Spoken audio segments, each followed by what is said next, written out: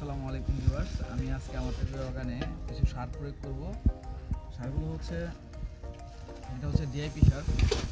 এখানে এখানে আছে ইউরিয়া, এখানে 1.5 কেজির মতন ইউরিয়া দিয়েছি। এখানে আছে 1.5 কেজি টিএসপি। এখানে আছে 3 কেজি পটাশ।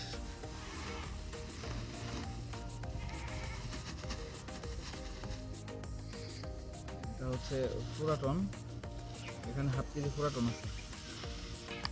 এটা হচ্ছে বোরন, এটা আমার বাসায় আগে আনা ছিল। এটা হচ্ছে থিওবেটের বদলে গিওবেট, এটা ব্যবহার করতেছি 200 গ্রাম।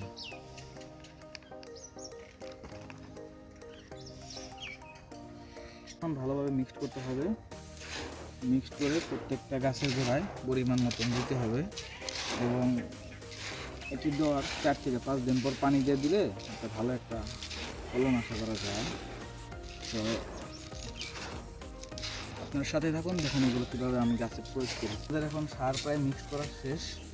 আমরা এখন কীভাবে প্রয়োগ করি সেটা, এই যে আমি এখানে একটা চ্যানেল করেছি, চ্যানেলে 1 মুঠ পরিমাণ আমি সার দিয়ে দিচ্ছি। মাটিগুলো ভালোভাবে এভাবে ঢেকে দিতে হবে।